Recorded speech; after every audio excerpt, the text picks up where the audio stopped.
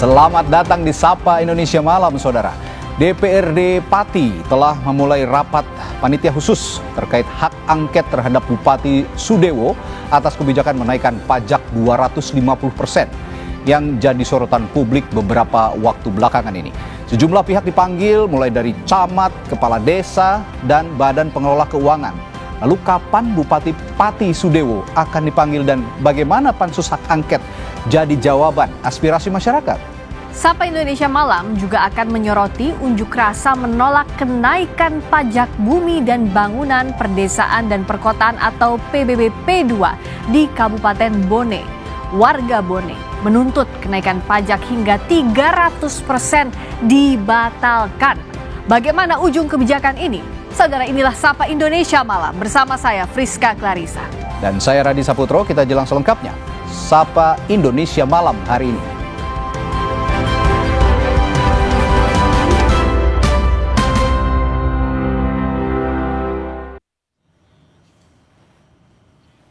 Kami mulai dari berita sebuah mobil yang terbakar saat tengah mengisi BBM di SPBU Mandirancan, Kabupaten Kuningan, Jawa Barat. Kobaran api yang cepat membesar nyaris membakar dispenser dan bangunan pengisian BBM. Allahu Akbar. Pom bensin kebakaran. Pom bensin kebakaran. Noh, kebakaran. Peristiwa mobil terbakar di SPBU Mandirancan ini sempat membuat sejumlah pengendara kendaraan dan warga sekitar SPBU panik. Petugas SPBU sempat berupaya memadamkan api dengan alat pemadam kebakaran ringan, namun tidak membuahkan hasil. Api justru semakin membesar. Petugas pemadam dengan 2 unit mobil pemadam kebakaran yang tiba di lokasi akhirnya berhasil memadamkan api dalam waktu singkat. Tidak ada korban jiwa dalam insiden ini dan 1 unit mobil niaga hangus, sedangkan dispenser BBM rusak parah. Kerugian diperkirakan mencapai lebih dari 500 juta rupiah.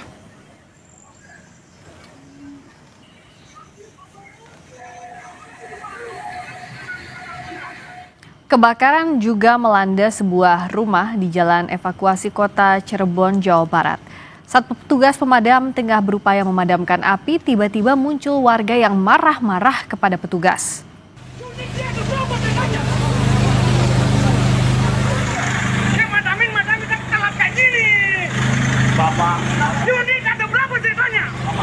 Salah satu warga yang berada di sekitar lokasi kebakaran ini emosi dan marah-marah kepada petugas pemadam kebakaran. Petugas damkar berupaya menenangkan warga sambil menjelaskan prosedur pemadaman kebakaran. Petugas juga mengimbau agar warga memberikan akses bagi petugas untuk memadamkan api, bukan malah menghambat pemadaman. Api akhirnya bisa dipadamkan setelah petugas damkar menggerakkan 6 unit mobil pemadam dari kota dan Kabupaten Cirebon.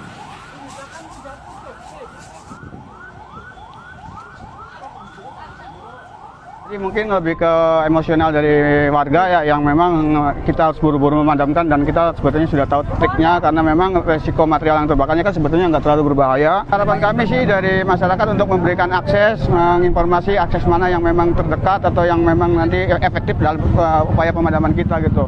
Jangan mengganggu pada petugas pemadam kebakaran sedang melaksanakan tugas. Kita juga tahu SOP, kita juga berpendidikan, berlisensi, dan kita memadamkan juga pakai teknik dan strategi yang harus kita lakukan seperti itu.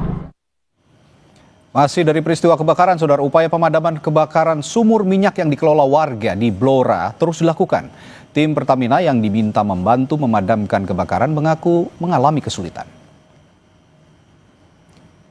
Pertamina EP atau EP Field Cepu Zona 11 menurunkan tim untuk membantu proses pemadaman sumur minyak di Desa Gandu Blora.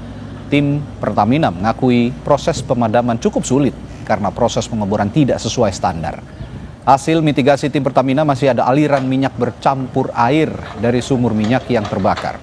Pertamina akan berupaya melakukan proses pemadaman dengan menggunakan tanah untuk mengeruk sumber titik api. 4 unit alat berat dikerahkan untuk membantu proses pemadaman sumur minyak ini. Penanganan selanjutnya adalah kita pemutus mata rantai namanya segitiga api ya. Jadi kalau segitiga api itu ada namanya, ada panas, ada bahan yang mudah terbakar, dan juga oksigen. Yang kita mau upayakan adalah dengan mengurangi oksigen yang ada. Jadi nanti kita akan menggunakan tanah sebagai media untuk menutup titik sumur ini, karena sumur ini kan dibuat tidak standar ya, tidak ada wellheadnya, kepala sumurnya, sehingga kami kesulitan untuk menutup sumur atau killing well-nya. Nah, ke depan kami akan upayakan dengan tim sedang persiapan untuk melakukan cooling di area sekitar agar tidak membahayakan kawan-kawan yang akan melakukan penanggulangan. Tercatat ada sekitar 800 warga yang mengungsi ke balai desa maupun rumah-rumah warga lain yang jauh dari lokasi sumur minyak yang terbakar. Mereka pun mengungsi dengan alas tikar seadanya. Selain itu, di dekat lokasi sumur minyak yang terbakar masih ada 4 sumur minyak lagi yang berjarak sekitar 20 meter.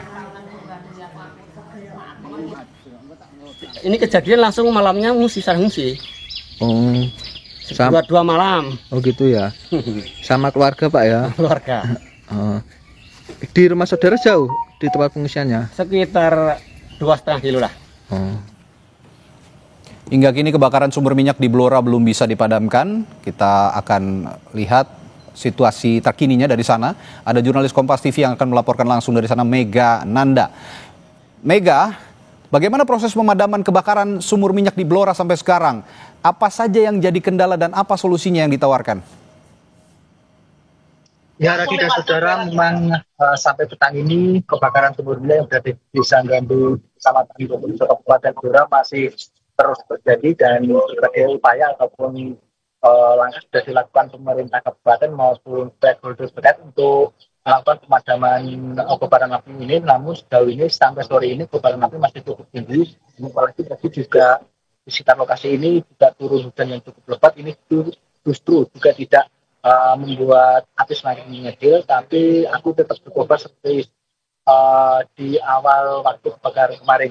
Dan memang berbagai upaya juga terus dilakukan. Salah satunya tadi yang dilakukan oleh petugas gabungan yang telah menerjunkan 4 alat berat untuk membuat tanggul di sekitar titik api ini, yang mana tanggul ini nanti berfungsi untuk mempersempit lubang atau mempersempit area sumur, sehingga diharapkan nanti ini dapat menekan kobaran api ini semakin mengecil. Namun sejauh ini yang dapat kami sampaikan di lokasi ini, memang upaya ini hanya bersifat sementara, karena memang saat ini alat utama yang nantinya akan digunakan untuk melakukan proses pemadaman yang nantinya akan dilakukan oleh pihak Pertamina saat ini masih dalam perjalanan dan belum sampai di lokasi sini. Radhi. Mega, karena polisi sudah menetapkan bahwa sumur minyak ini adalah ilegal karena dikelola tidak dengan semestinya begitu, dan kemarin polisi sudah memeriksa ada 4 saksi informasinya. Hasilnya apa dari pemeriksaan 4 saksi ini? Siapakah yang nantinya juga bisa diminta pertanggungjawabannya? Dan saya juga ingin menggali informasi soal jumlah korban yang konon bertambah. Apakah betul? Ya, Radhi, memang informasi terbaru petang ini yang kami terima tadi dari Bupati Blora, memang untuk jumlah korban sendiri yang awalnya memang disampaikan 3, hari ini bertambah 1 orang, yaitu seorang balita yang sejak awal mengalami luka cukup serius dan sudah dirujuk di Rumah Sakit Umum Daerah Sarjito Jakarta, dan dilaporkan petang tadi sudah meninggal dunia, sehingga jadi total dari peristiwa kebakaran sumur minyak ini untuk korban meninggal saat ini berjumlah 4 orang, sementara 1 orang masih mengalami luka. Dan sementara untuk proses penyelidikan saat ini juga masih terus dilakukan aparat kepolisian, yang mana saat ini untuk pemeriksaan polisi telah memeriksa 8 orang saksi, yang memang awalnya kemarin 4 saksi, hari ini bertambah 4 lagi, sehingga total untuk saksi yang telah diperiksa berjumlah 8. Namun demikian Kapolres mengatakan untuk siapa yang nantinya bertanggung jawab atas peristiwa ini saat ini masih dalam proses penyelidikan, karena memang diyakini dan disampaikan pula bahwa proses pengeboran sumur minyak ini memang tidak sesuai standar atau bisa dikatakan pengeboran ilegal yang memang baru berjalan sekitar 1 minggu yang lalu. Oke, baik. Mega Nanda melaporkan langsung dari Blora, Jawa Tengah. Terima kasih. Informasi berikutnya saudara, penuding ijazah palsu Jokowi, Roy Suryo menyebut komentarnya terkait hilangnya data Jokowi di KPU Solo dan DKI Jakarta didasarkan pengecekan lapangan yang dilakukan oleh rekannya, Rismon Sianipar. Menurut Roy, berdasarkan pengecekan, mereka tidak menemukan dokumen yang dicari. Menurut Roy Suryo, pengecekan data ke KPU Solo dan Jakarta untuk membuktikan keaslian ijazah Joko Widodo. Sebab Jokowi pernah menyerahkan data-datanya ke KPU ketika maju menjadi calon wali kota Solo maupun calon gubernur DKI Jakarta. Namun berdasarkan pengecekan Rismon Sianipar tidak menemukan dokumen yang dicari. Hal ini yang membuatnya berkomentar soal hilangnya data KPU Solo dan DKI Jakarta. Beliau menggunakan ijazah SMA. Jadi sebenarnya saya mendapatkan informasi ketika saya menulis buku itu, ada data-data yang pernah disimpan oleh Komisi Pemilihan Umum Daerah yang ada di Solo dan yang ada di Jakarta itu tidak ada di tempat. Kenapa? Karena Dr. Rismon Hasiulan Sianipar sudah pernah ke KPU di Solo dan tidak menemukan data itu di sana. Padahal ini fatal kalau data-data itu tidak ada di sana. Karena cek saja sama tidak ijazah yang pernah digunakan oleh pejabat publik yang bernama Joko Widodo itu ketika daftar di KPU di Solo ketika menjadi calon wali kota, dan sama lagi tidak ketika digunakan di Jakarta. Nah dari situ bisa diperbandingkan nanti dengan ijazah yang selama ini penampakannya ada.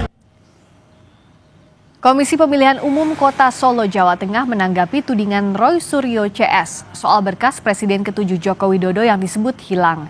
Menurut KPU, berkas tersebut ada namun diserahkan ke Polda Metro Jaya pada bulan Mei 2025. Menurut KPU Solo, berkas Jokowi tersebut termasuk di dalamnya fotokopi ijazah dan kelengkapan lainnya. Untuk berkas pencalonan Pak Jokowi, itu kan sudah kami serahkan ke Polda Metro Jaya. Pada saat kami mendapatkan panggilan dari Polda Metro Jaya itu pada tanggal 26 Mei ya, 26 Mei kemarin itu kami sudah menyerahkan ke Polda Metro Jaya untuk satu bendel berkas itu. Sudah kami serahkan semuanya dan kami ada tanda terimanya.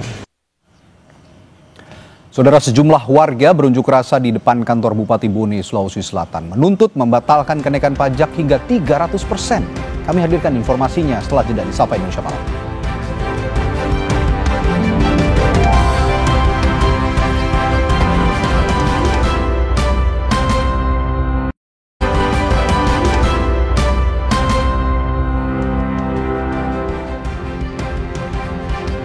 Baik, di Sapa Indonesia Malam, Wakil Ketua DPR RI Adis Kadir menegaskan kalau anggota DPR tidak mendapatkan kenaikan gaji tahun ini.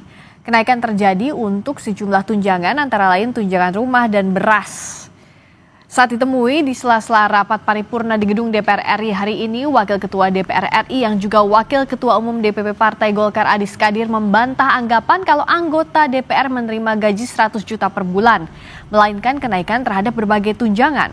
Menurut Adis, total uang yang diperoleh saat ini berkisar 70 juta rupiah per bulan.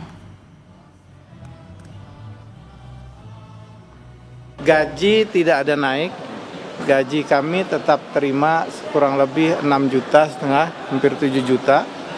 Tunjangan beras kami cuma dapat 12 juta dan ada kenaikan sedikit dari 10 kalau tidak salah. Tunjangan-tunjangan lain juga ada kenaikan sedikit-sedikit. Bensin itu sekitar 7 juta yang tadinya kemarin sekitar 4 juta 5 juta sebulan, walaupun mobilitas daripada kawan-kawan dewan lebih dari itu setiap bulannya.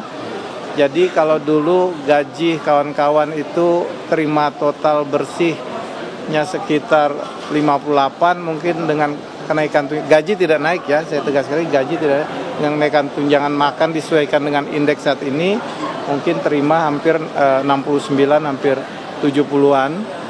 Jadi yang naik cuman tunjangan itu saja yang saya sampaikan tadi, tunjangan beras, karena kita tahu beras telur juga naik, mungkin Menteri Keuangan juga kasihan dengan kawan-kawan DPR, jadi dinaikkan. Beranjak ke sorotan lainnya, saudara, sejumlah warga Bone melakukan unjuk rasa di depan kantor Bupati Bone, Sulawesi Selatan menuntut pembatalan kenaikan pajak bumi dan bangunan perdesaan dan perkotaan.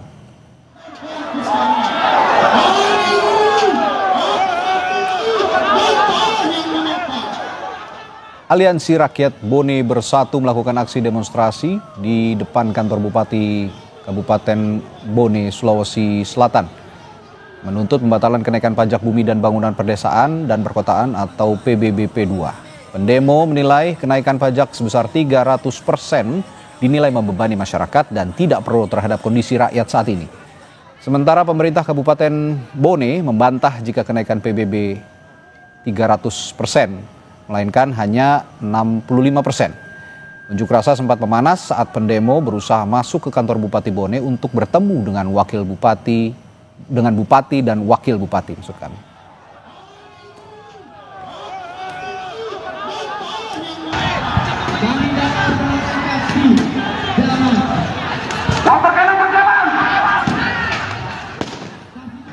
Unjuk rasa warga di depan kantor Bupati Bone, Sulawesi Selatan menuntut pembatalan kenaikan pajak bumi dan bangunan perdesaan dan perkotaan berlangsung ricuh. Warga melempari aparat keamanan dengan botol air mineral, sementara polisi berlindung di balik tameng.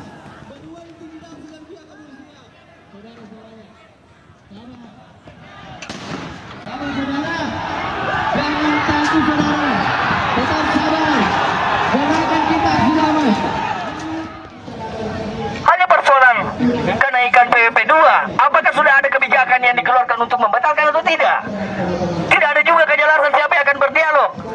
Kami menghendaki Bupati dan Wakil Bupati datang dalam rangka untuk memastikan betul ini kebijakan kenaikan PBB 2 itu sangat memberatkan masyarakat dan kemudian dibatalkan. Itu yang kami minta.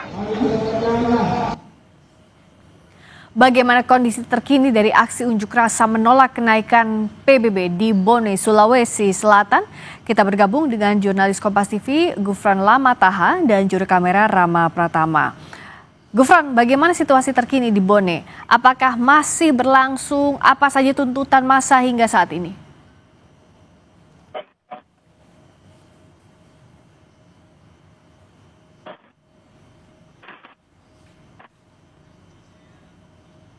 Masih berada di depan kantor Bupati Bone dan juga mereka memilih untuk tidak bubar alias bertahan di depan kantor Bupati Bone sebelum nanti mereka meminta untuk bertemu langsung dengan Bupati dan Wakil Bupati Bone untuk bisa melakukan dialog bersama-sama. Seperti yang kita ketahui memang massa yang tergabung dalam belasan aliansi masyarakat yang disebut sebagai Aliansi Masyarakat Bone Bersatu pada hari ini sudah berada ataupun sudah melakukan aksi demonstran ini datang di kawasan kantor Bupati Bone sejak pukul 1 waktu Indonesia Tengah dan juga melakukan orasi secara bergantian hingga sore tadi. Memang situasinya cukup memanas, begitu terjadi aksi lempar-lemparan antara demonstrasi dengan petugas keamanan yang tergabung dalam Polri, TNI dan juga Satpol PP, dilempari dengan menggunakan botol ataupun juga air mineral seperti itu ya, karena memang sehingga pada sore tadi mereka juga tidak mendapatkan jalan tengah ataupun juga tidak menemui bupati ataupun juga perwakilan dari pemerintah Kabupaten Bone. Namun juga tuntutan mereka tentu saja yang seperti yang kita ketahui, mereka menuntut untuk membatalkan kenaikan pajak sebesar kurang lebih 300% di Kabupaten Bone. Friska. Baik, terima kasih Gufran Lamataha. Saat ini warga terus berunjuk rasa untuk menolak kenaikan pajak bumi dan bangunan atau PBB di Bone. Terima kasih. Dan saudara, sorotan selanjutnya di Sapa Indonesia Malam, terpidana kasus korupsi KTP elektronik Setia Novanto resmi bebas bersyarat dari Lapas Sukamiskin Bandung sejak Sabtu kemarin. Hal itu berdasarkan surat keputusan Menteri Imigrasi dan Pemasyarakatan. Kami hadirkan selengkapnya setelah jeda.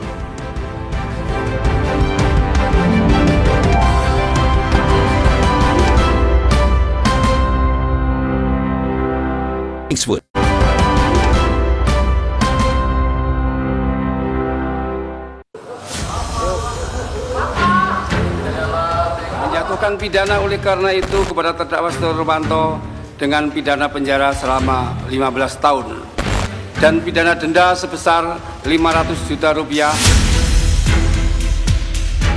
Bebas bersyarat. Dia setelah membayar subsidiar, yaitu bahwa kerugian negara sudah dibayar sehingga surat dari kepada KPK sudah melayangkan ke kita kita wajib memproses. Nah itu, bahwa dia haknya sudah selesai, sudah dibayar lunas, sehingga langsung dia bebas. Itu tentu saja ini adalah kado yang sangat menyakitkan untuk kita, rakyat Indonesia semuanya, di hari kemerdekaan kita ke-80 justru malah para koruptor atau kemudian koruptor pas kakap justru malah mendapatkan pembebasan bersyarat.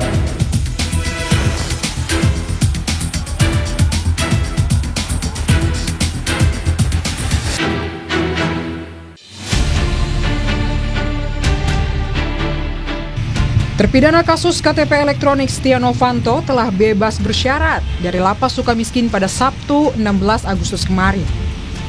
Hasil pemeriksaan peninjauan kembali atau PK, batas hukuman mantan Ketua DPR itu telah melampaui waktu. Menteri Imigrasi dan Pemasyarakatan Agus Andrianto menyatakan Setia Novanto harusnya telah bebas pada 25 Juli lalu. Kita sudah melalui proses asesmen dan yang bersangkutan berdasarkan hasil keputusan PK itu sudah melampaui waktunya. Harusnya tanggal 25 yang lalu. Oke. Setia Novanto mendapatkan pembebasan bersyarat 1 hari sebelum hari kemerdekaan ke-80 RI, usai menjalani hukuman lebih dari 7 tahun di balik jeruji besi. Di April 2018 lalu, ia dinyatakan bersalah dan divonis 15 tahun penjara oleh Pengadilan Tipikor Jakarta. Terdakwa Setia Novanto telah terbukti secara sah dan meyakinkan bersalah melakukan tindak pidana korupsi yang dilakukan secara bersama-sama sebagaimana dakwaan kedua jaksa penuntut umum. Menjatuhkan pidana oleh karena itu kepada terdakwa Setia Novanto dengan pidana penjara selama 15 tahun.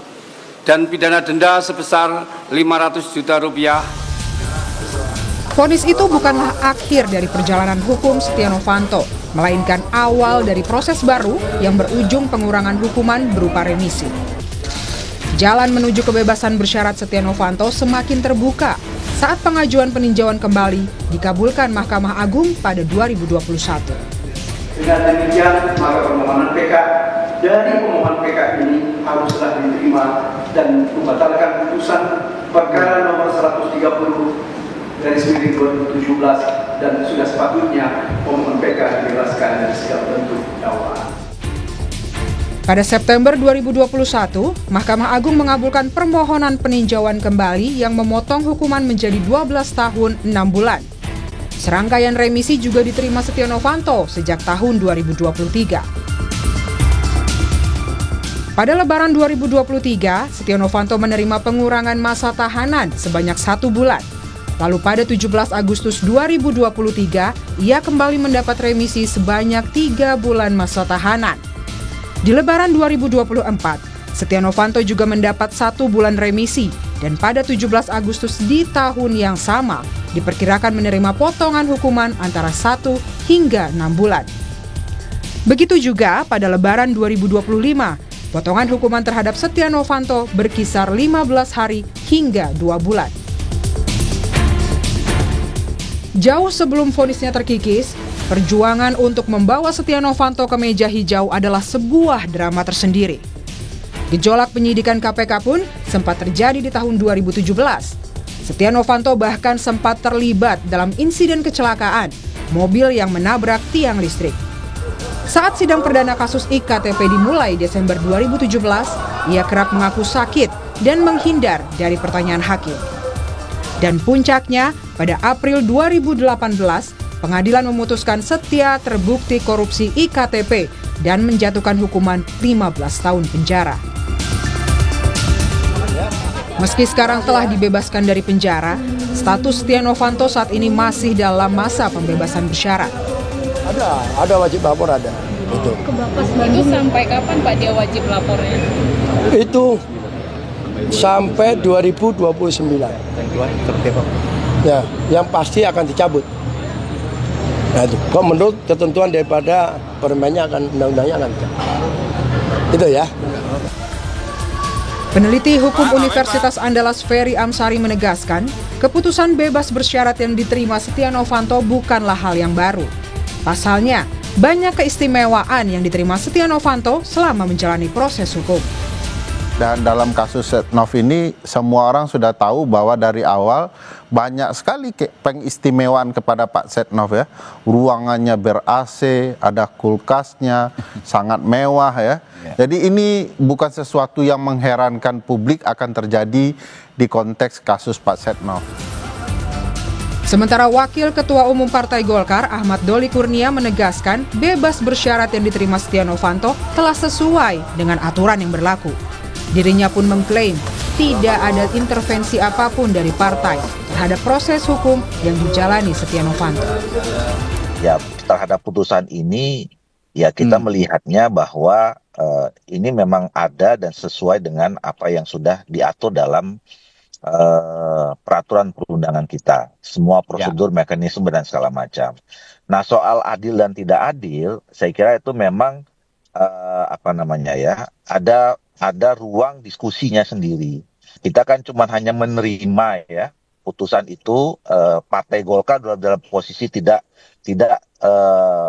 kemudian ikut campur mengurusi supaya dipercepat atau diterima atau diremisi dan segala macam gitu ya.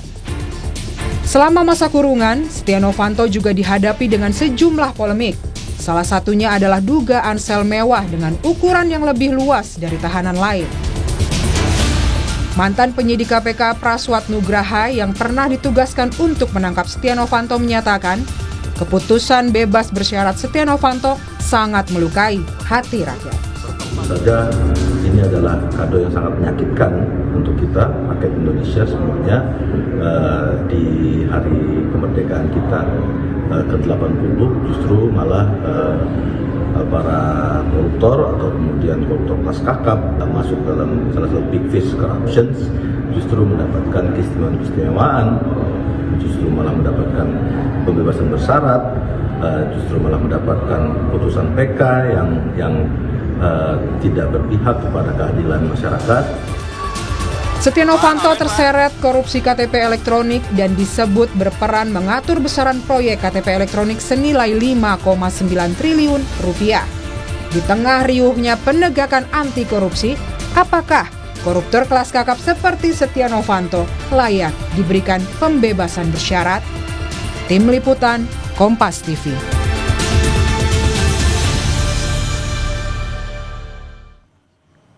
Saudara, DPRD Pati mulai rapat pansus terkait pemakzulan Bupati Sudewo atas kebijakan menaikkan pajak 250%. Kami punya ulasannya setelah jeda di Sapa Indonesia Malam. Tetaplah bersama kami.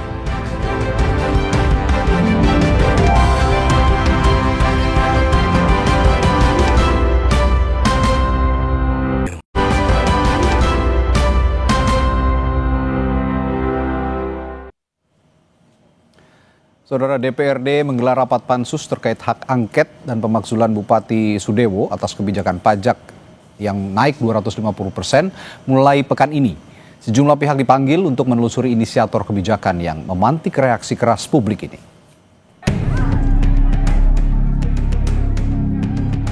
DPRD Pati memulai rapat pansus terkait pemakzulan Bupati Sudewo karena kebijakannya menaikkan pajak hingga 250%. Pansus mengundang sejumlah pihak, diantaranya 3 camat, kepala desa, Badan Pengelola Keuangan dan Aset Daerah BPKAD Pati.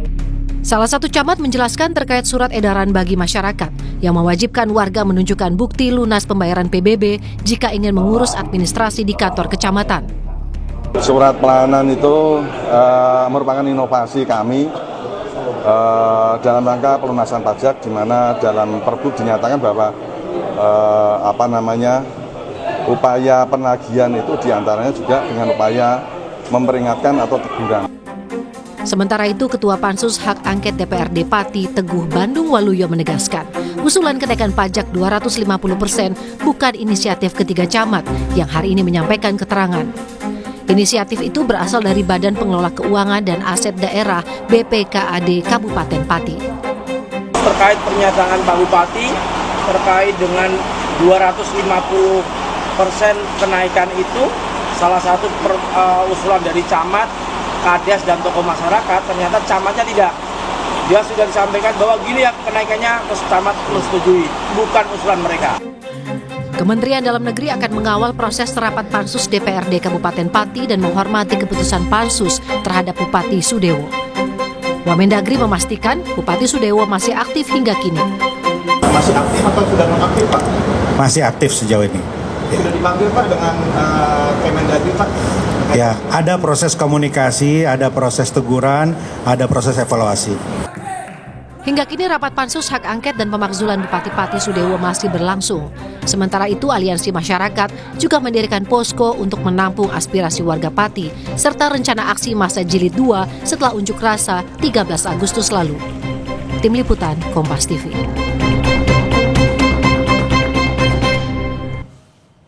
Kita bahas terkait rapat pansus hak angket pemakzulan Bupati Pati bersama dengan anggota Komisi 2 DPR, fraksi Partai Kebangkitan Bangsa, Muhammad Khozin yang sudah hadir di studio. Selamat malam. Selamat malam, Mas. Ya. Nanti juga akan bergabung pakar hukum tata negara, Profesor Juanda, dan juga dari DPRD Pati, Ketua Komisi C DPRD Pati, fraksi Partai Demokrat, Joni Kurnianto. Oh, ternyata informasinya sudah bergabung, Pak Joni melalui sambungan virtual. Selamat malam, Pak Joni. Malam, kok nggak kelihatan gambarnya ya? Baik, ya sudah tersampaikan, sudah terlihat di layar Kompas TV saat ini.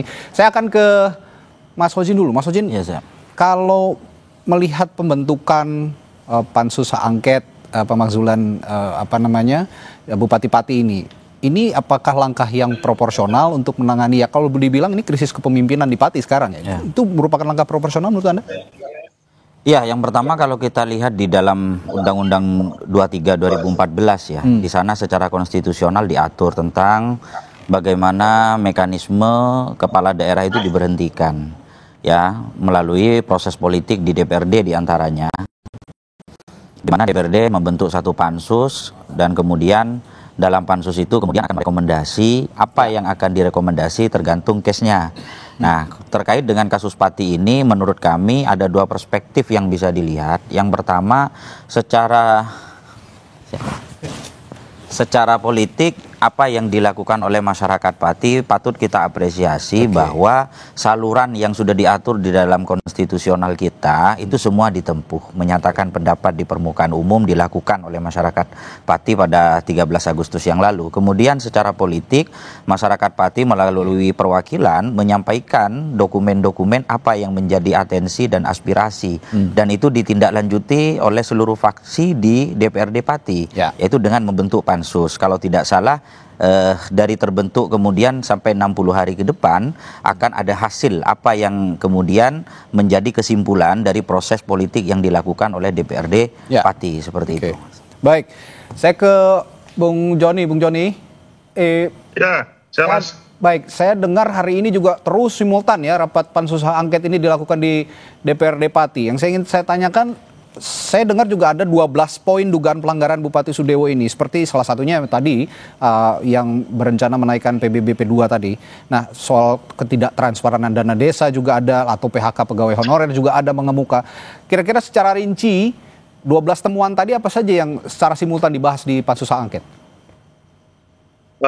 Jadi yang dibahas ya mulai kemarin itu tentang masalah di RSUD Suwondo ya. Jadi di sana ada pemberhentian 220 karyawannya yang udah kerja, ada yang 15 tahun, 10 tahun, 18 tahun, 20 tahun.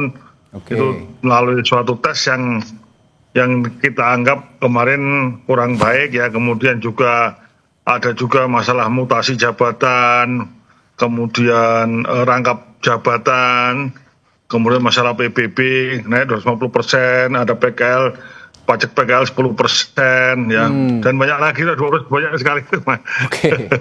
Gitu, Mas. Itu masuk ke 12 poin itu tadi. Nah, saya juga hari ini menggali keterangan dari 3 camat di Pati ya, Pak ya, Joni ya. Dari apa yang jadi sorotan di sana sejauh ini untuk penggalian keterangan dari 3 camat ini? Jadi kami tim pansus hak angket itu kami menanyai tentang atau fokus tentang PBB ya, masalah kenaikan PBB 250%. Jadi kami menanyai Kades, menanyai camat. Dalam hal kemarin kan disampaikan bahwa itu asalnya dari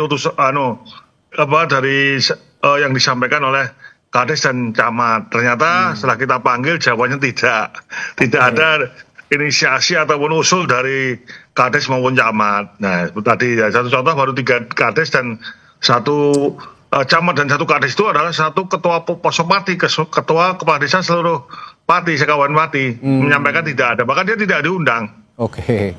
Ya itu sudah. Ini langkah-langkah yang dilakukan oleh Pansus Hak Angket. Saya ke Prof. Jonda, sudah hadir juga di studio Prof. Jonda. Selamat malam, Prof. Malam. Ini ya kalau saya tadi bertanya ke Mas Hojin soal proporsionalitas langkah DPRD melakukan atau membentuk Pansus Hak Angket pemakzulan. Nah, sejauh ini proporsinya sudah pas yang dilakukan oleh DPR tadi, karena langkah konstitusional bagaimanapun kalau mau menggulingkan seorang pemimpin termasuk di daerah kan harus melalui langkah-langkah yang konstitusional. Menurut Anda sudah proporsional? Ya, saya kira sudah tepat. Itu implementasi dari negara hukum, prinsip negara berkonstitusi, semuanya diatur di dalam Undang-Undang 23 2014, tentu di pasal 76, pasal 79, 80, semuanya mengatur soal bagaimana ketika DPRD menganggap bahwa ada kebijakan pemerintah daerah ya yang dianggap meresahkan masyarakat atau memang melanggar kepentingan umum yang tentu dalam konteks ini adalah berkaitan dengan dianggap itu adalah melanggar peraturan perundang-undangan. Hak inilah yang digunakan oleh DPRD, ya, hak menyelidiki apakah benar atau tidak itu. Persoalan kebenaran atau tidak itu kan inilah namanya Pansus Hak Angket ini bergulir. Dan ini kita berharap tidak dalam konteks politis saja, tetapi secara hukum. Yang ingin saya tekankan juga di sini ya, bahwa kalau tadi saya dengar ada 12 item pelanggaran atau hal-hal yang menjadi alasan mengapa hak angket ini bergulir di DPRD Pati ya. Tetapi yang sangat santer itu adalah soal kenaikan pajak bumi dan bangunan 250%. Dan lain tadi saya pikir itu merupakan satu argumentasi alasan-alasan secara hukum dan secara politik ya mengemuka.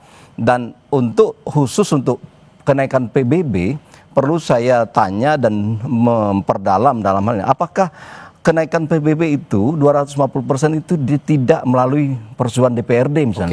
Kalau itu melalui persetujuan DPRD, menurut saya dalam konteks satu item itu tidak bisa disalahkan bupati saja. Ini menarik ini. Bung Joni, saya ke Bung Joni dulu ya, Mas Hojin. Saya harus tanyakan ini. Apakah sudah juga dibahas soal kenaikan pajak 250%? Kan mekanismenya seyogianya, selazimnya itu dibahas juga di DPRD. Kenapa tiba-tiba setelah ada kebijakan baru ada protes-protes? DPRD juga punya andil sebenarnya untuk mengesahkan ataupun menjalankan kebijakan yang diprotes oleh publik Pati ini, Bung Joni. Ya, kami di DPRD sama sekali tidak pernah diajak bicara tentang kenaikan PBB ini. Clear, tidak pernah. Ya. Nah, kalau sama sekali. Kalau mekanisme seperti itu berarti ada yang dilanggar ya, Mas Hojin? Ya, kalau sependek pengetahuan kami, tentunya harusnya ada executive review ya. Artinya Kemendagri itu sebagai pintu terakhir untuk melakukan harmonisasi apakah produk peraturan perundang-undangan di tingkat daerah itu tidak menabrak aturan di atasnya, seperti itu. Jadi ini juga menjadi alarm bagi seluruh stakeholder bahwa dalam setiap perumusan kebijakan itu tidak kemudian ujuk-ujuk kemudian langsung diimplementasikan atau disahkan, tapi harus dilakukan beberapa mitigasi, kajian, apakah itu sudah memenuhi partisipasi publik, apakah tidak menabrak norma aturan yang lain, kan seperti itu. Ketika kemarin kemudian Mendagri menyampaikan belum tahu menahu terkait informasi ini, kita juga di Komisi 2 khususnya mempertanyakan apakah executive review itu dilakukan atau tidak. Ini kan menjadi salah satu PR kita bersama seperti itu. Ini berarti ya clear juga. Saya juga ingin tanyakan ke Bung Joni. Bung Joni, kalau tadi hanya soal pajak itu tidak didiskusikan. Kan tadi juga ada 12 poin yang menyangkut kebijakan yang tidak sesuai kebijakan publik lah begitu, keinginan publik lah begitu yang banyak diprotes oleh warga pun juga DPRD. Apakah yang lain-lainnya juga kebijakan-kebijakan ini tidak didiskusikan? Tapi jangan dijawab dulu ya Bung Joni, saya akan tanyakan itu setelah jeda di Sapa Indonesia Malam. Tetap bersama kami. Iya.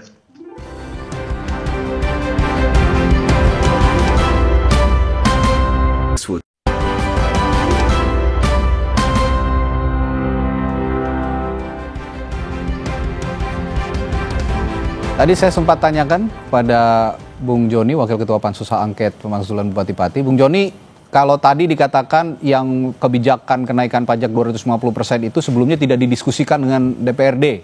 Jangan-jangan kebijakan-kebijakan lain yang tadi masuk dalam 12 poin minusnya Bupati Pati ini juga tidak ada komunikasi atau diskusi dengan DPRD. Apakah benar demikian? Ya, memang sebagian besar tidak ada komunikasi dengan kami ya. Betul. Jadi seperti pemberhentian THL 220 orang di Rumah Sakit Suwondo juga tidak ada koordinasi dengan kami. Juga masalah kenaikan pajak untuk PKL 10% juga tidak ada. Hampir semuanya tidak ada. Jadi komunikasi Pak Bupati dengan kami DPRD mungkin agak terputus atau terhambat ya. Begini, sulit kita untuk mengkomunikasikan. Begini, Prof. Juanda, kalau melihat kasus di Pati ini sebenarnya kan tidak terjadi di Pati ya. Banyak daerah juga berupaya untuk menaikkan pajak, PBB terutama, di Cirebon, lalu meskipun dibatalkan atau direkalkulasi lagi, lalu di Bone hari ini yang sepertinya mulai memanas begitu, lalu di Jember, di Jombang. Nah, dari peristiwa-peristiwa ini kira-kira ini hanya semata-mata kebijakan yang tidak berpihak kepada publik, atau jangan-jangan juga ditambah dengan arogansi pemerintah daerah yang dibilang sama Pak Joni tadi banyaknya nggak didiskusikan sama DPRD. Ini kan salah satu bentuk arogansi pemerintah daerah sebenarnya. Ya, saya kira begini, tidak hanya arogansi kalau melihat dari aspek fungsi dari pengawasan DPRD tidak jalan. Kalau sebenarnya fungsi pengawasan DPRD jalan ya, saya tidak tahu di mana-mana itu memang apakah memang seluruh ini secara masif tidak jalan yang fungsi DPRD, fungsi pengawasan maksud saya. Harusnya kan mengawasi ini. Ketika misalnya ada riak-riak seperti ini atau ada kontrol pengawasannya ada, kenapa ini dinaikkan atau kenapa mutasi tidak ada berdasarkan ketentuan perundang-undangan misalnya. Nah, ketika itu harusnya DPRD, saya tidak hanya menyalahkan dalam konteks ini adalah hanya satu pihak misalnya atau melihat dari sisi bupati saja, tetapi yang kita pertanyakan di mana DPRD pada ketika misalnya bahwa bupatinya mengambil kebijakan seperti itu ya. Nah, oleh karena itu saya kira ini juga perlu diperkuat pengawasan. Artinya maksud Anda sebelum rakyat bereaksi harusnya DPRD dulu yang bereaksi? Iya begitu, kan wakil rakyat. Wakil rakyat di daerah kan DPRD. Maka DPRD dengan 3 fungsinya dalam konteks seperti ini ya, harusnya fungsi anggaran tadi atau fungsi budgeting dan segala macam fungsi pengawasan itu efektif berlaku ini. Tapi kan tidak. Nah, mungkin ini juga tren ini seluruh Indonesia, mungkin faktor penyebabnya memang di daerah sekarang ini krisis anggaran. Mungkin begitu ya. Mungkin begitu ya, ada krisis anggaran karena saya dengar juga dana transfer daerah di stop dari pusat. Ini yang biasanya ada di pos-pos anggaran di daerah dan sekarang di stop. Jadi akhirnya kebijakan-kebijakan tadilah yang diambil untuk mencari jalan singkat, mencari penghasilan ataupun pendapatan asli daerah. Sebelum saya lanjutkan perbincangan, saudara, ada informasi dari warga Pati yang membuat posko masyarakat Pati bersatu di depan kantor DPRD Pati untuk mengawal pansus hak angket yang bergulir di DPRD Pati. Posko ini difungsikan untuk menerima aduan masyarakat yang merasa dirugikan dengan kebijakan Bupati Pati, Sudewo. Selain itu, posko juga sekaligus menerima aduan masyarakat yang mengalami kekerasan aparat keamanan saat aksi unjuk rasa 13 Agustus lalu. Warga juga menggalang donasi berupa uang untuk mengawal kasus Bupati Sudewo di KPK yang diduga terlibat kasus korupsi DJKA saat menjabat anggota DPR periode 2019-2024.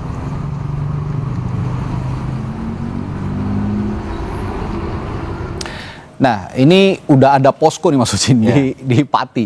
Anda juga di Komisi 2 sebagai anggota DPR di Komisi 2 punya fungsi pengawasan juga terhadap jalannya pansus hak angket di sana. Nah, kira-kira bentuk pengawasan apa yang akan dilakukan oleh Komisi 2 supaya nggak masuk angin juga nih hak angketnya? Ya, yang pertama tadi yang saya sampaikan tadi, mengapresiasi apa yang jalan yang dipilih oleh masyarakat itu adalah jalan konstitusional dan itu semua diatur. Kemudian yang kedua, ini harus dijadikan atensi, jangan sampai kemudian kejadian di Pati ini menjadi satu preseden yang itu rawan untuk kemudian ada pihak-pihak quote and quote yang menunggangi ini. Ini kan bagaimanapun akan mengganggu stabilitas ekonomi politik negara kita gitu ya. Jadi kami melihat dari penjelasan kawan-kawan pansus DPRD Pati, ini persoalannya kan tidak ansih hanya urusan kenaikan PBB, tapi ada 12 item, baik terkait dengan mutasi, terkait dengan rotasi. Tadi ingin saya menanggapi sedikit yang disampaikan oleh Prof. Juanda bahwa dalam praktek di lapangan tidak semua kebijakan eksekutif itu dalam jangkauan kawan-kawan di DPRD ya, terkait dengan mutasi misalkan. Kawan-kawan di DPRD itu secara praktek di lapangan tidak cukup punya akses dan fleksibilitas untuk masuk ke ruang itu. Ini pembelaan sama anggota dewan. Enggak, maksud kami kan begini, ini biar kita urai duduk bersama bahwa secara teoritis tidak sesederhana yang ada gitu ya. Bahkan BKN info yang kami dapat sudah bersurat 2 kali ketika penempatan RSUD tidak memenuhi unsur apakah yang bersangkutan ASN atau tidak. Ada norma yang dilanggar di sana, Prof. Saya yakin secara empiris di lapangan kawan-kawan DPRD juga nggak punya akses ke sana gitu untuk kemudian melakukan fungsi pengawasan gitu. Prof. Itu yang kedua. Kemudian yang ketiga, Mas. Jadi permasalahan Pati ini banyak hal yang kami di Komisi 2 tentu mengatensi betul karena kita bermitra dengan Kemendagri, dengan BKN dan seluruh pemerintahan daerah. Ini betul-betul harus kita jadikan alarm bagaimana kepala daerah itu harus punya trigger untuk mewujudkan kreativitas dalam mendongkrak ekonomi di daerah, tidak hanya bertumpu kepada dana bagi hasil atau dana transfer dari pusat. Prinsip otonomi daerah lah. Prinsip otonomi daerah harus bisa menghidupi daerahnya sendiri. Prof, pertanyaan yang sama, kira-kira gimana biar nggak masuk angin pas pansus hak angket ini mau dibawa kemana kira-kira biar nggak masuk angin? Iya, saya kira begini ya, memang ini kan lembaga perwakilan daerah yang memang tidak bisa lepas dari politik. Cuman memang politik itu landasannya aturan konstitusi ya. Nah, oleh karena itu saya kira memang ini perlu dikawal secara termasuk ya abang kita para DPR Komisi 2. Saya kira ini termasuk dari Kemendagri untuk mengawas secara objektif misalnya supaya artinya benar-benar nanti hasil dari pansus ini benar-benar punya argumentasi secara empirik, datanya lengkap, akurat segala macam, argumentasi hukumnya kuat. Jadi tidak menyasar kepada politisasi secara subjektif. Kita mau bahwa ini adalah secara objektif. Oh, benar-benar misalnya 12 alasan sebagaimana yang disebutkan tadi bisa dipertanggungjawabkan misalnya gitu. Oh, ternyata ini kan nanti kan bergulir, dipanggil para pejabat, dipanggil masyarakat segala macam ya, harus ya dilakukan begitu. Nah, kalau memang hak angket itu dilakukan. Ya, saya kira itu. Baik. Nah, terakhir ke Bung Joni, jadi kapan Bupati Sudewa akan dipanggil dalam pansus hak angket ini? Karena proses itu tetap harus dilakukan dan konon saya dengar juga kalau ini tidak benar-benar cepat dilakukan akan ada aksi susulan tanggal 25 Agustus nanti. Gimana nih? Ya, sebelumnya saya jawab dulu. Kita semua anggota pansus hak angket DPRD Pati, kita itu semangat dalam artian kita juga menghindari isu-isu bahwa anggota kami ini masuk angin. Jadi kami mulai pagi sampai sore kami membuka untuk akses untuk wartawan, pendemo, masyarakat ikut menonton. Baik itu live streaming maupun langsung, silahkan masuk, langsung kita transparan terbuka. Jadi bisa dilihat mana ada anggota dewan yang main-main ya itulah. Jadi saya yakin kita semua itu sepakat untuk menyelesaikan pansus hak angket ini secepatnya dan dengan data yang akurat dan data yang patut bisa dipertanggungjawabkan gitu, Mas. Jadi kapan pansusnya merampungkan tugas nih dan bupatinya dipanggil? Nah, ini gini, entarnya untuk Bupati nanti sambil jalan. Ini yang penting kita memperkuat itu dulu, data-data yang ada dulu. Yang di OPD yang di bawahnya Pak Bupati. Nanti kalau sudah waktunya Pak Bupati dipanggil pasti kita panggil. Dan kalau target dari Tatip kan kita dikasih waktu maksimal 2 bulan. Ya insya Allah tidak sampai 2 bulan lah, insya Allah gitu ya. Insya Allah tapi belum berani nyebutkan targetnya Mas, belum berani karena memang maraton capek banget betulnya. Capek betul ya. Tapi yang harus kita lakukan untuk masyarakat. Ya, jadi kesimpulan perbincangan kita hari ini, proses konstitusional yang dilakukan di DPRD Pati ini semoga juga jadi contoh untuk daerah lain ya, Mas Sosin dan Prof Juanda.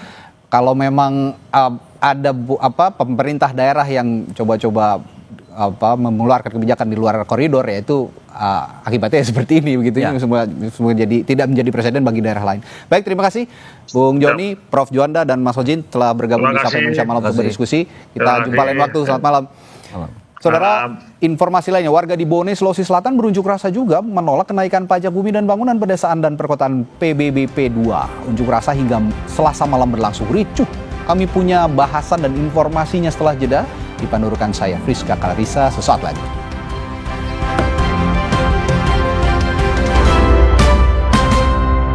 Live.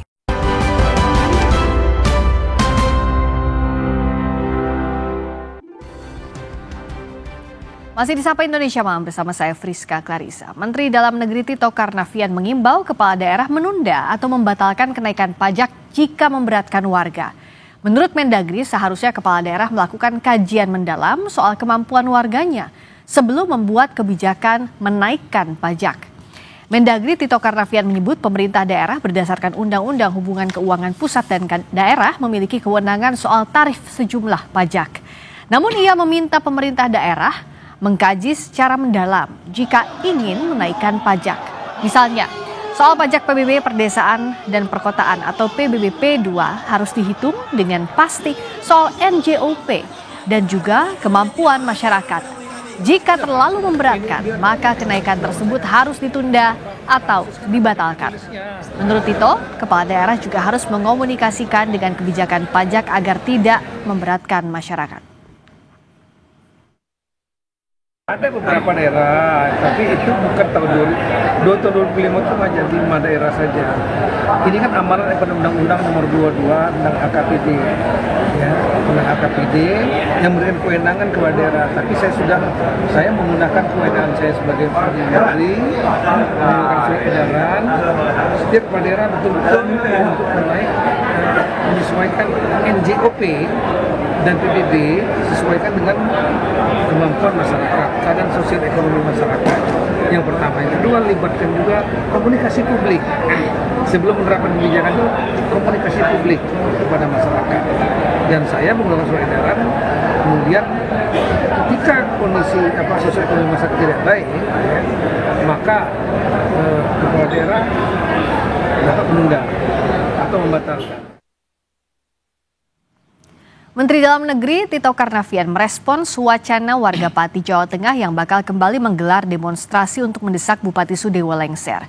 Menurut Tito, pansus hak angket DPRD soal pemakzulan sedang berjalan, namun jika warga tetap ingin berunjuk rasa, ia meminta berjalan tertib dan tidak anarkistis.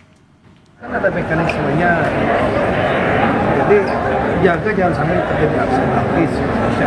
Menyampaikan pendapat boleh dan saya sampaikan bahwa pemerintah tetap berjalan sesuai aturan undang-undang. Bupati kan tetap bisa berjalan. Ya, silakan aja kalau bupatinya mau melakukan komunikasi dengan masyarakat, ya, dengan cara-cara yang lebih santun. Demo warga juga terjadi di Bone, Sulawesi Selatan menolak kenaikan pajak bumi dan bangunan yang berakhir ricuh. Aparat membubarkan warga yang berunjuk rasa hingga Selasa malam.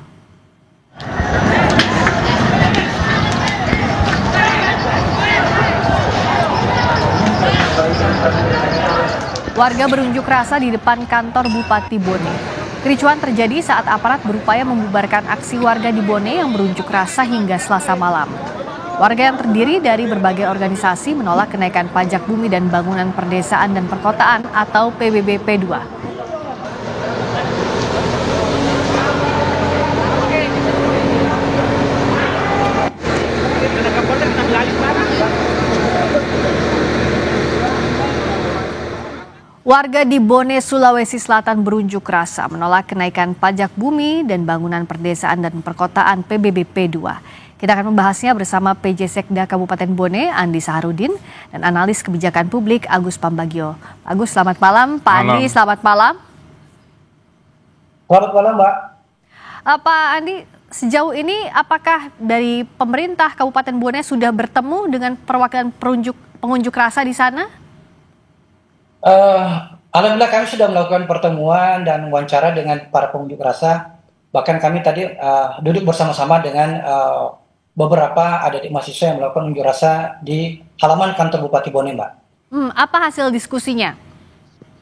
Ya, diskusinya adalah kami mencoba memaparkan bahwa sejauh ini langkah-langkah yang kami lakukan tentu sesuai dengan ketentuan-ketentuan hukum yang berlaku. Karena di dasarnya itu mereka menuntut bahwa mereka menuntut untuk melakukan pembatalan penyesuaian zona nilai tanah. Namun pun demikian, kami dari jajaran pemerintah daerah Kabupaten Bone ini hanya melakukan penyesuaian nilai zona tanah yang telah diberlakukan oleh Badan Pertanahan Nasional khususnya yang ada di wilayah Kabupaten Bone. Seperti itu, Mbak.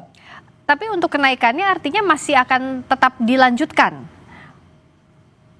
Untuk hari ini kami tentu masih mempertimbangkan dan tentu ya, melihat kondisi yang ada.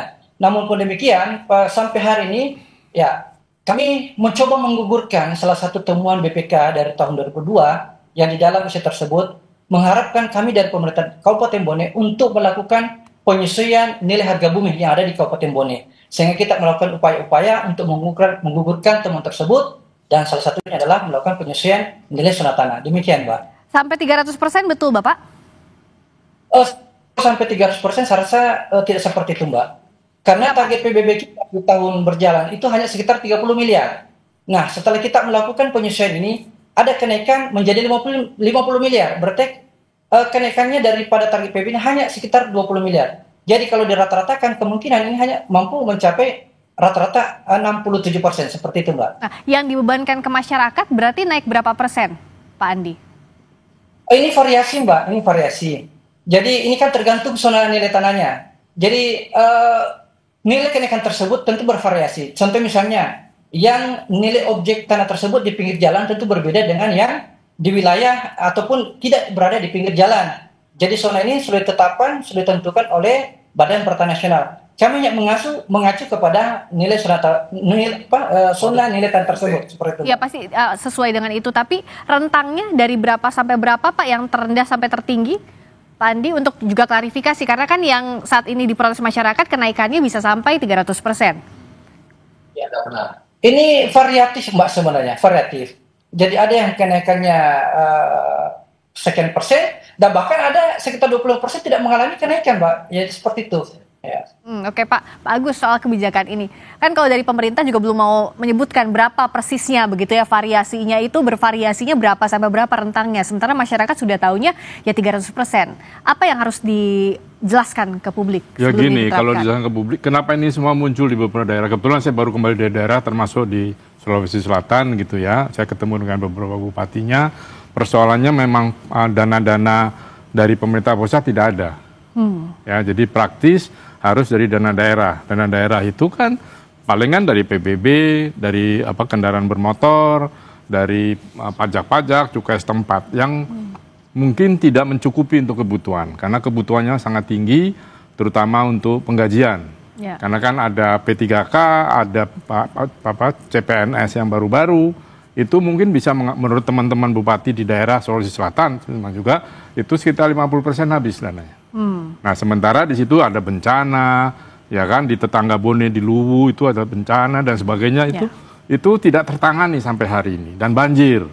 Nah, ini yang menjadi persoalan. Jadi intinya memang kebijakannya ada di pusat nih, dan perimbangannya bagaimana? Perimbangannya berhenti tidak DAK, DAU. Nah, kalau itu berhenti, ya praktis diserahkan pada daerah. Sementara selama ini daerah bergantung pada DAK, DAU itu. Iya, dan juga dana desa kan dipakai untuk Koperasi Merah Putih untuk menjaminan. Jadi nggak ada. Jadi kepala desa bingung, Pak. Terus kemudian lurah dan seterusnya sampai ke atas.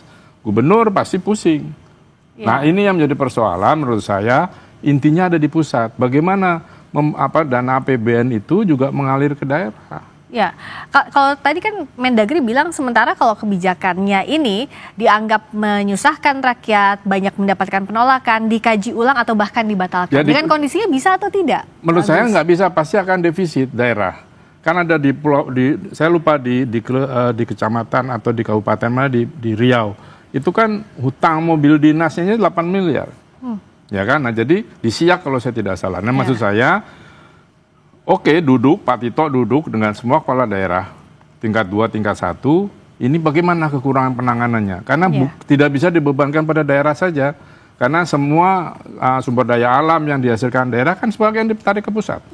Nah, ketika ada penghematan karena untuk dana MBG, untuk Koperasi Merah Putih dan sebagainya, jadi dana untuk perimbangan daerahnya itu berkurang pasti. Itu yang menjadi persoalan, kenapa naik. Nah, ini kan jadi persoalan. Pak Andi, bagaimana kalau solusi yang bisa dipikirkan sekarang? Setelah tadi bertemu dengan masyarakat, pasti banyak yang mengeluh dengan kenaikan ini. Apa yang bisa disarankan oleh pemerintah? Apa yang bisa dilakukan? Apakah akan ditunda dulu? Ataukah akan ada dibatalkan? Atau dikaji ulang, Pak Andi? Ya, tentu hasil pertemuan tadi dengan adik-adik mahasiswa bahwa terkait dengan pembatalan tersebut, tentu kami pun menunggu petunjuk selanjutnya dari tim-tim, khususnya dari tim evaluasi. Jikalau sekiranya kenaikan tersebut memang tidak sesuai dengan ini, tentu kami akan pertimbangkan. Tapi jika misalnya hasil daripada pertimbangan tersebut memungkinkan untuk dinaikkan, ya tentu kita merujuk kepada aturan main yang berlaku. Seperti itu, Mbak. Pak Andi bisa dijelaskan agar kan bisa lebih jelas juga ke publik. Sebenarnya seberapa perlu kenaikan ini, dan apakah tadi seperti juga disampaikan Pak Agus dengan tidaknya dana transfer ke daerah ini menyulitkan daerah sehingga menaikkan PBB adalah satu-satunya jalan yang logis untuk saat ini. Tapi bagaimana dengan kemampuan warga? Ya. Jadi perlu kami sampaikan, Mbak, bahwa untuk hari ini di kabupaten kami masih ada PBB tersebut yang nilainya hanya membayar 7.000 per tahun. Seperti itu. NJP yang masih ada 7.000 per tahun. Inilah yang perlu dilakukan penyesuaian. Karena dalam kurun waktu sekian tahun ini belum pernah dilakukan pembaharuan, maka momentum ini kami manfaatkan untuk melakukan penyesuaian nilai zona tanah. Kenapa? Karena temuan BPK masih ada nilai-nilai objek tanah yang tidak berkesesuaian dengan harga pasar. Contoh misalnya, Bu, tahun kemarin dia punya tanah, dia punya bumi.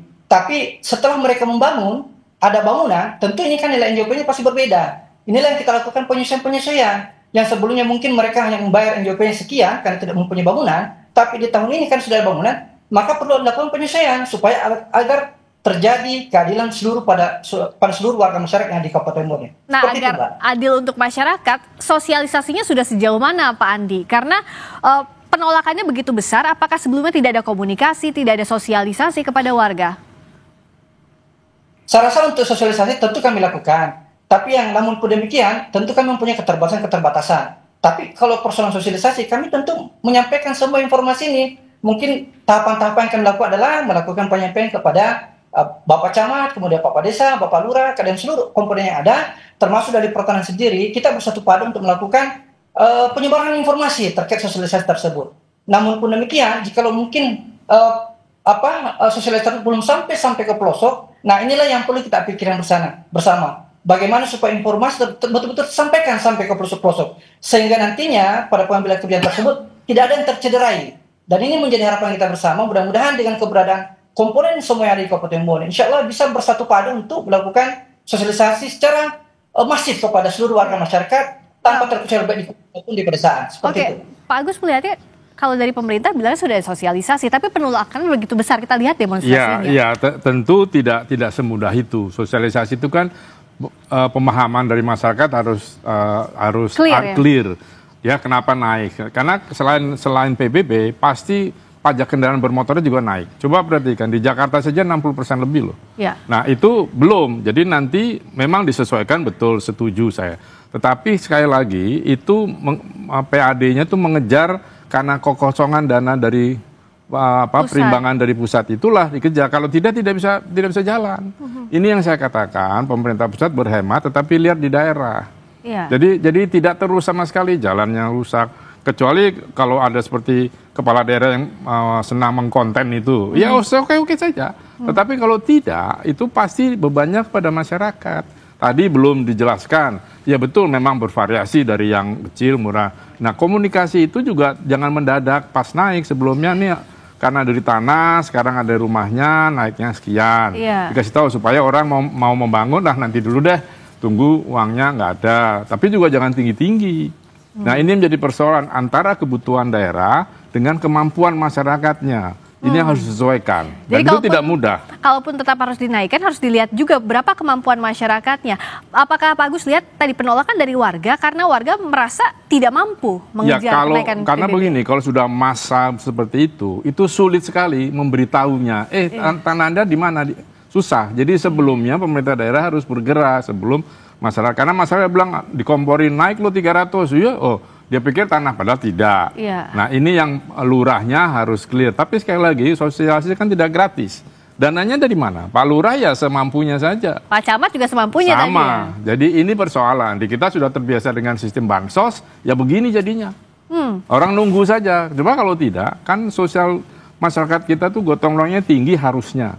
Tapi kekacau dan masalah dengan bansos, dia terima aja jadi. Nah, dia juga nggak mau ngeluarin uang atau paham, udahlah yang penting nanti kau bantu gitu. Ya, kalau begitu, kalau dalam kondisi sekarang ya Pak Agus kan sosialisasi di tengah publik yang sedang marah itu sudah tidak bisa. Nggak bisa. Apa yang harus dilakukan? Sementara kan butuh dananya ya segera juga. Saran saya sih batalkan dulu semua, lalu ditata ulang. Karena kalau tidak itu semakin masyarakat sudah tidak mau tahu. Daripada sudah bergejolak begini ya. Apalagi sekarang PHK begitu tinggi. Masyarakat pemerintah itu kita tunggu bagaimana penciptaan lapangan pekerja. Kita coba lihat podcastnya Perdana Menteri Singapura.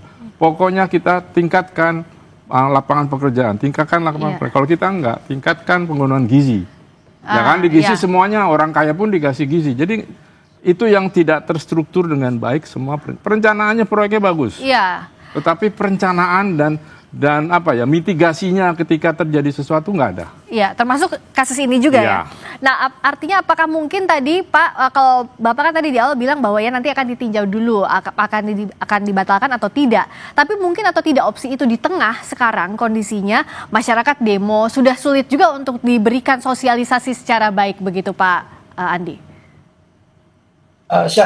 Untuk sekarang ini ya tentu kita menunggu peninjauan dari tim yang ahli untuk ini. Contoh misalnya kita kali pertanahan, kemudian untuk menentukan bahwa apakah kelayakan tersebut bisa ditangani atau bagaimana. Kami tinggal menunggu seperti itu. Termasuk dari Kementerian Dalam Negeri kah akan ada koordinasi atau pemerintah provinsi? Untuk sekarang ini kami telah mencoba melakukan koordinasi dan Kemendagri begitu pula dengan provinsi. Dan semuanya menyampaikan opsi-opsi yang akan kita lakukan, kebijakan kita lakukan. Demikian. Oke, kapan akan bertemu dengan baik itu Kementerian Dalam Negeri ataupun juga ada pertemuan lagi dengan warga?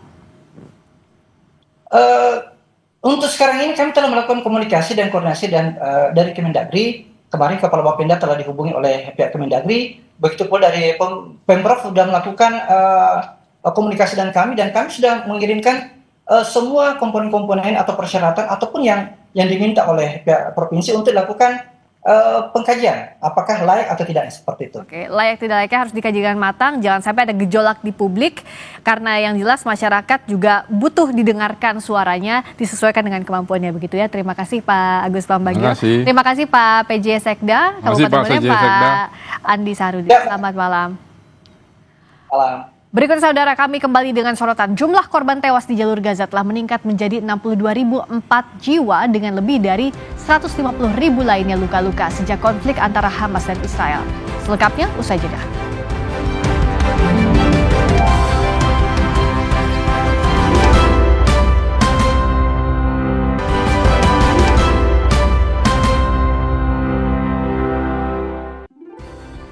Masih di Sapa Indonesia Malam bersama saya Friska Clarissa. Polda Metro Jaya memeriksa 3 saksi terkait tudingan ijazah palsu Presiden ke-7 Joko Widodo. 3 orang yang diperiksa yaitu Meryati selaku aktivis Koalisi Nasional Perempuan Indonesia, Arif Nugroho selaku jurnalis dan YouTuber bernama Sunarto. Ketiganya masuk ke Direktorat Kriminal Umum Polda Metro Jaya sekitar pukul 10 lewat. Saksi mempertanyakan alasan mereka dipanggil dan diperiksa Polda Metro Jaya. Kuasa hukum Arif Nugroho dan Sunarto menyebut kliennya merupakan jurnalis sehingga tidak tepat jika dimintai keterangan soal kerja jurnalistik.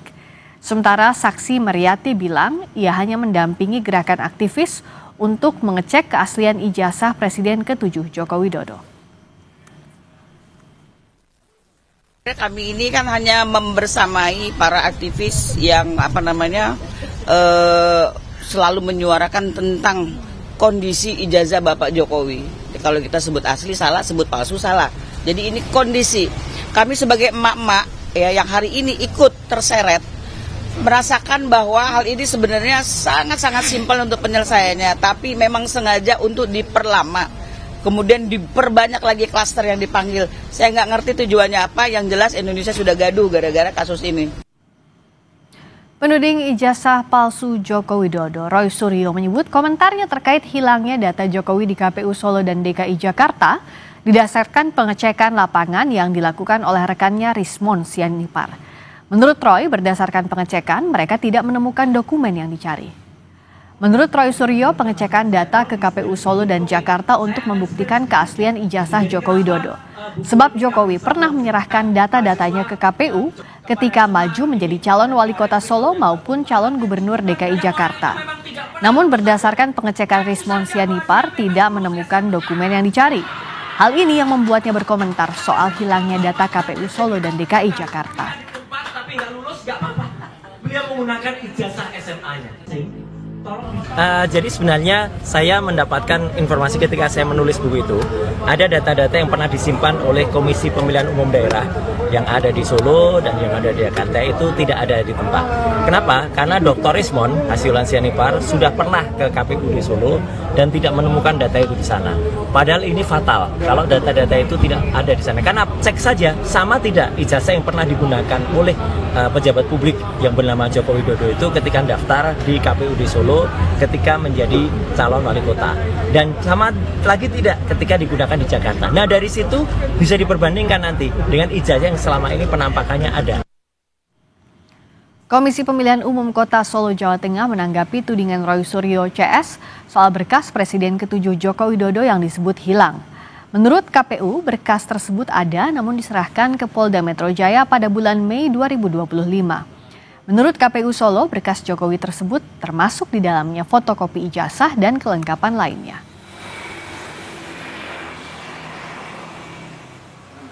Untuk berkas pencalonan Pak Jokowi itu kan sudah kami serahkan ke Polda Metro Jaya pada saat kami mendapatkan panggilan dari Polda Metro Jaya itu pada tanggal 26 Mei ya, 26 Mei kemarin itu kami sudah menyerahkan ke Polda Metro Jaya untuk satu bendel berkas itu sudah kami serahkan semuanya dan kami ada tanda terimanya.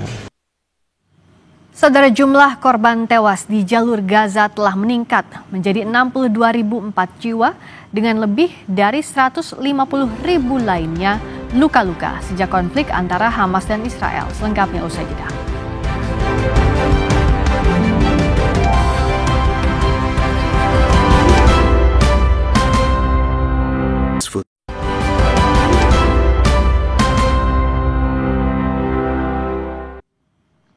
Saudara, jumlah korban tewas di jalur Gaza telah meningkat menjadi 62.004 jiwa dengan lebih dari 150.000 lainnya luka-luka sejak konflik antara Hamas dan Israel atau serangan Israel ke Gaza.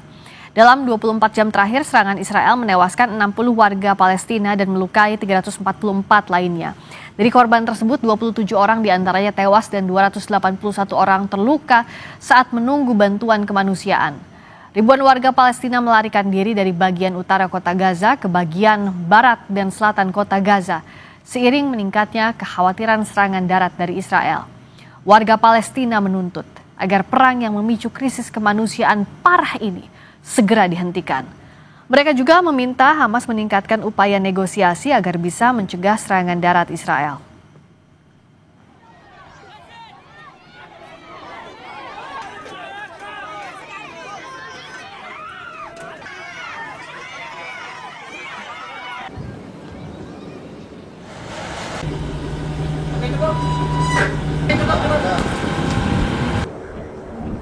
Satgas Garuda Merah Putih 2 menerjunkan bantuan logistik penting melalui operasi airdrop di langit Gaza.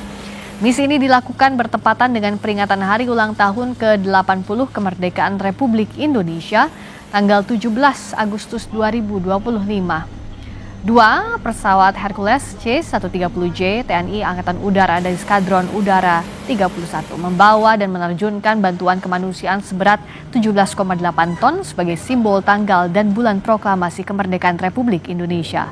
Misi ini seluruhnya melibatkan 66 personel gabungan di bawah komando dan Satgas Kolonel Penerbang Pung Julianto. Bantuan berupa makanan siap saji, obat-obatan, perlengkapan darurat. Pelaksanaan misi kemanusiaan ini menjadi simbol persaudaraan tanpa batas.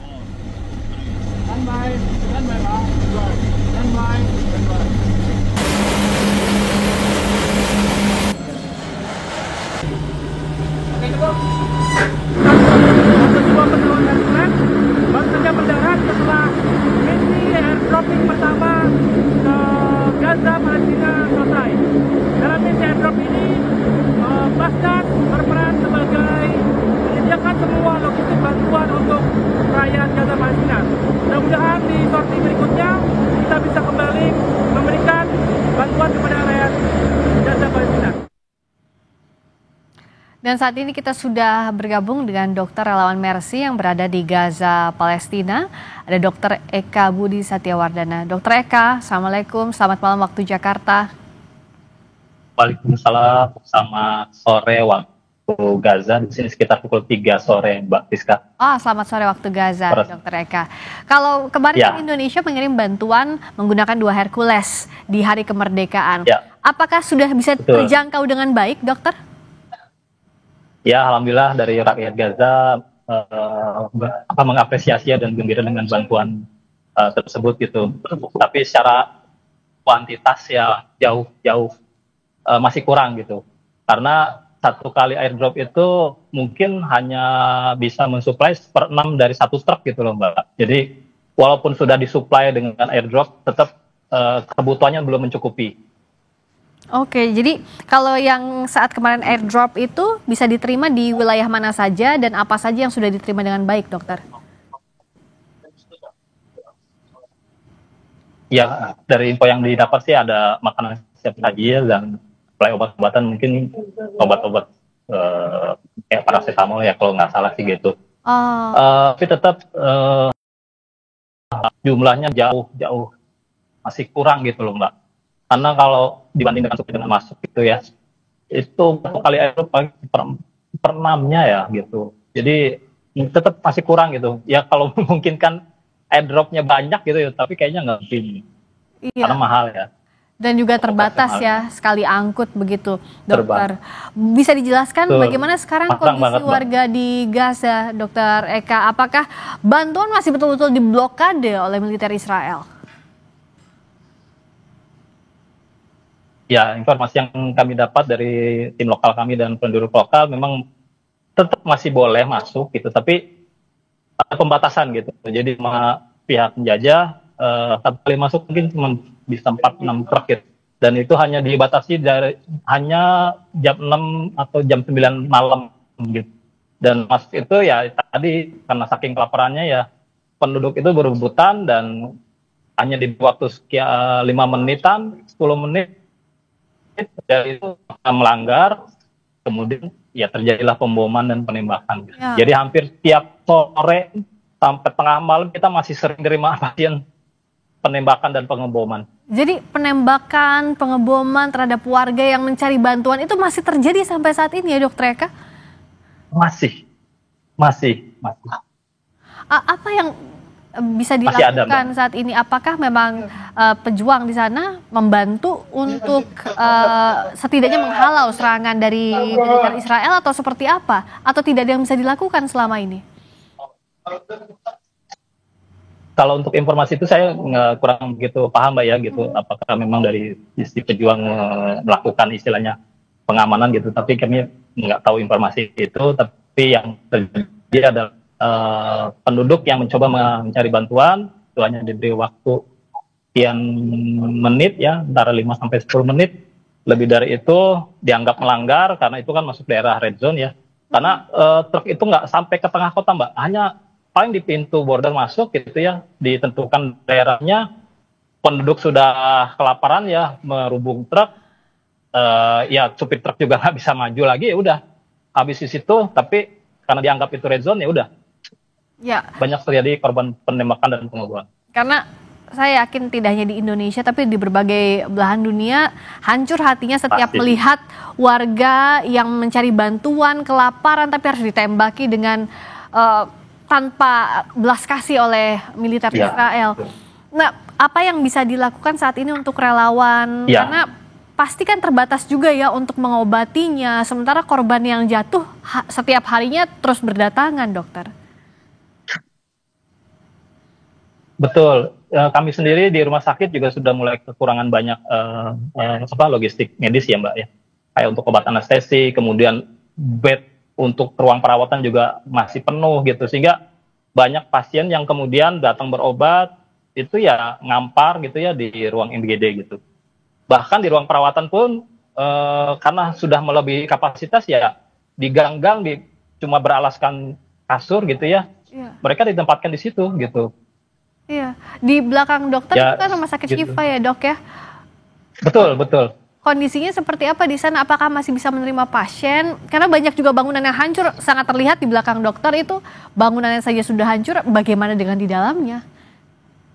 Betul, jadi yang di belakang saya ini rumah sakit Syifa, itu ada kalau nggak salah 6 lantai ya. Itu pusat untuk tindakan operasi dan ruang perawat.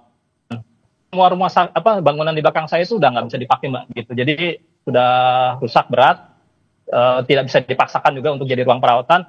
Tapi ada beberapa bangunan di belakang yang mungkin tidak tertangkap kamera, itu masih bisa dipakai gitu. Jadi itu yang dijadikan tempat perawatan gitu. Jadi bahkan gedung untuk kesehatan ibu anak itu yang tadinya untuk menolong wanita bersalin, kemudian pasien anak-anak, itu kita pindahkan semua. Jadi semua kompleks rumah sakit ini hanya berpusat untuk penanganan bedah saja. Sedangkan untuk penyakit dalam anak-anak itu dipindahkan ke rumah sakit.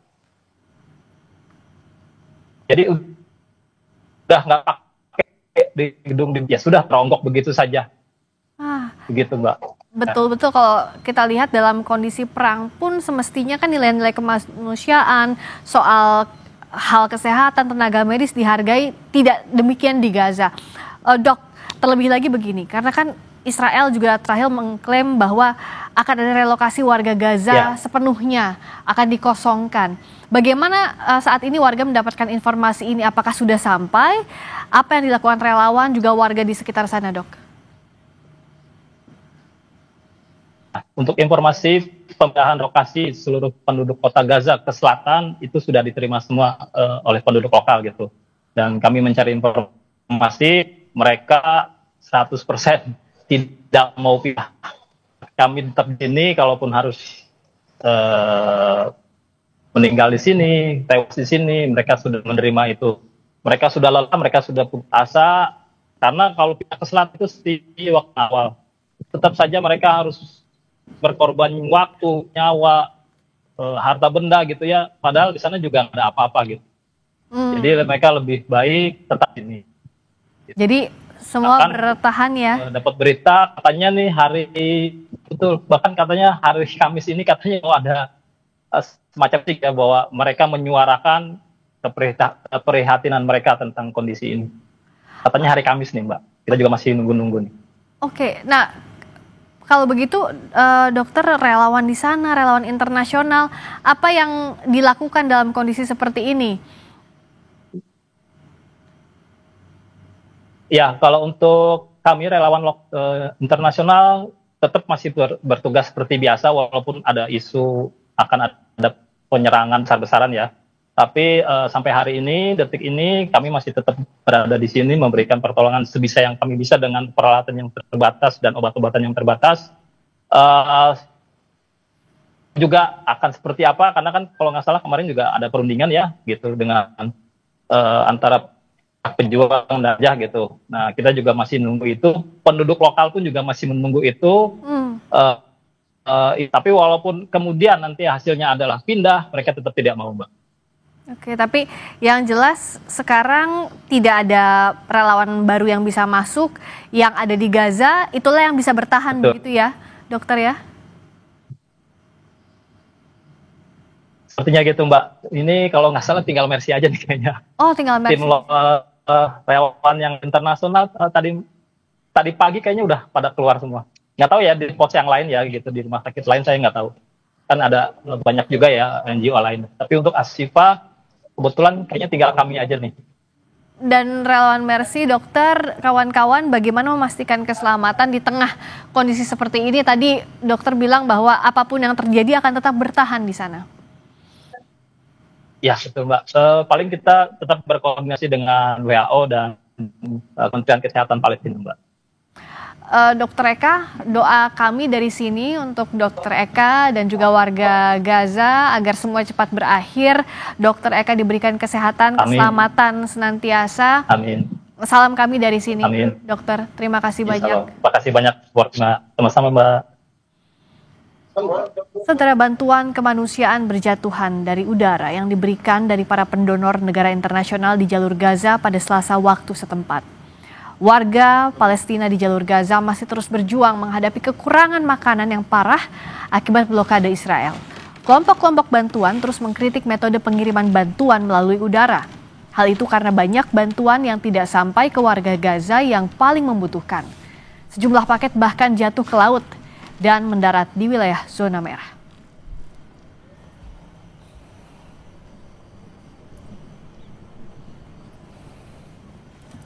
Dan informasi tadi sekaligus menjadi penutup jumpa kita di Sapa Indonesia malam hari ini. Tapi sebelum kami tutup, kami ingatkan Anda lagi agar jangan lupa cukupi kebutuhan air mineral Anda setiap hari dan rasakan kesejukannya. Saya Radi Saputro. Dan saya Friska Clarissa, terima kasih. Selamat malam, sampai jumpa.